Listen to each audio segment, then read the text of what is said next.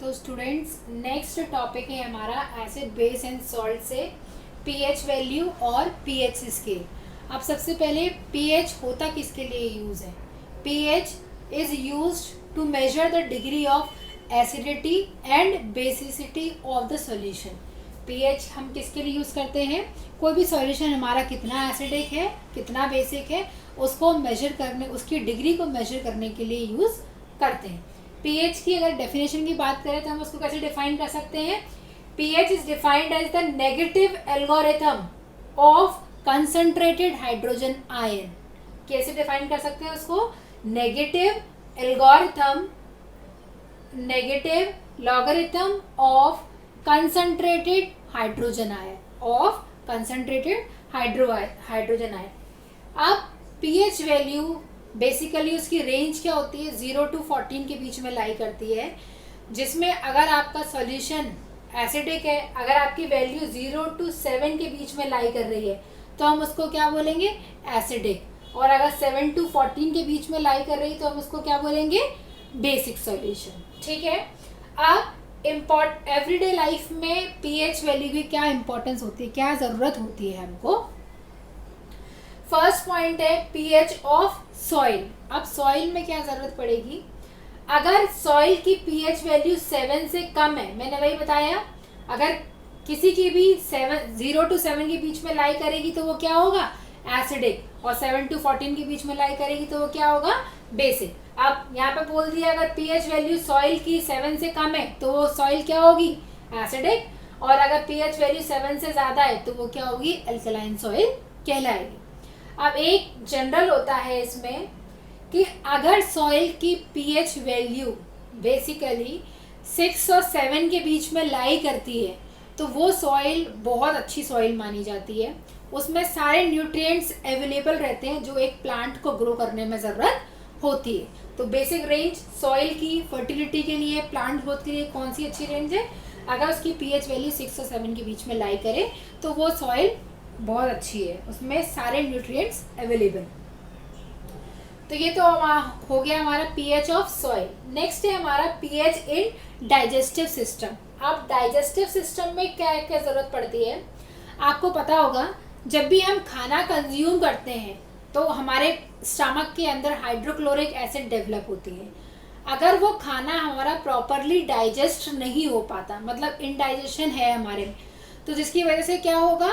वो जो hydrochloric acid है वो ज़्यादा डेवलप हो जाएगी और उसकी वजह से जो पीएच वैल्यू है वो कम हो जाएगी, जिसकी वजह से हमें स्टमक में पेन होगा, इरिटेशन होगा। तो जब हाइड्रोक्लोरिक एसिड ज़्यादा हो गई तो उसको न्यूट्रल करने के लिए हमें कोई ना कोई बेस कंज्यूम करना पड़ेगा। उस केस में उस बेस को हम क्या कहते हैं? एंटा एसिड। क्या कहते हैं हम उसको? एंटा एसिड। जिसकी वजह से क्या होता है? उसको हम न्यूट्रलाइज कर सकते हैं। जो बेस हम कंज्यूम करते हैं उसको क्या कहते हैं? एंटा एसिड। वो बेस कुछ भी हो सकता है, जिसकी वजह से क्या होगा? वो आपका हाइड्रोक्लोरिक एसिड न्यूट्रलाइज हो जाएगा और फिर आपका डाइजेशन प्रोसेस वापस से रेगुलर हो जाएगा। तो पीएच का डाइजेस्टिव सिस्टम में क्या यूज है वो आपको समझ में आ गया। नेक्स्ट है change in pH as the cause of tooth decay. दांतों का डिकेइंग होना दांतों में। तो वो क्या होता है? बेसिकली क्या देखा गया है कि अगर आपके माउथ की पीएच वैल्यू 5.5 से कम है तो आपके मतलब टूथ डिकेइंग होना स्टार्ट हो जाता है। आप लोगों को क्यों बोला जाता है कि जब भी आप खाना खाओ तो उसके बाद ब्रश कर लो? क्योंकि अगर आपने मान लो कोई भी खाना खाया और कुछ ईडेबल पार्ट्स आपके माउथ में रह गए, जिसकी वजह से क्या होगा? आपके माउथ के अंदर और एसिड डेवलप होगा, जिसकी वजह से उसकी पीएच वैल्यू, जो आपकी माउथ की पीएच वैल्यू, वो और कम हो जाएगी, जिसकी वजह से आपका टूथ डिकेइंग स्टार्ट हो जाएगा। इसीलिए उसको रिमूव करने के लिए, उसके प्रिवेंशन के लिए कि आपके दांत खराब ना हो, कैल्शियम फॉस्फेट जो प्रॉपर अमाउंट में बनना चाहिए वो प्रॉपर बने, तो उसके लिए क्या करना चाहिए? आपको आपके टीथ को खाना खाने के बाद में प्रॉपरली क्लीन करना चाहिए। जो आपके टूथपेस्ट होते हैं वो किसकी तरह काम करते हैं? बेसिकली बेस की तरह काम करते हैं। जब भी आप किसी एसिड को बेस के साथ में रिएक्ट करोगे तो न्यूट्रल हो जाएगा, तो कोई चीज़ हार्म होगा ही नहीं। तो जो एक्स्ट्रा एसिड डेवलप हुआ था इसमें, आपने टूथपेस्ट कर लिया तो वो बेस के साथ में रिएक्ट करके न्यूट्रल हो गया, तो कोई भी इनएप्रोप्रिएट पार्ट या इनएडिबल पार्ट आपके माउथ में गंदगी नहीं रहेगी, जिसकी वजह से क्या होगा, जो उसका मेन पीएच लेवल है वो मेंटेन रहेगा। नेक्स्ट है 4, use of pH by animals and plants in self defence. अब एनिमल्स अपने सेल्फ डिफेंस में कैसे यूज करते हैं, आपने देखा होगा बीज में क्या होता है, वो अपने स्टिंग में, डंक में एसिड्स रहता है।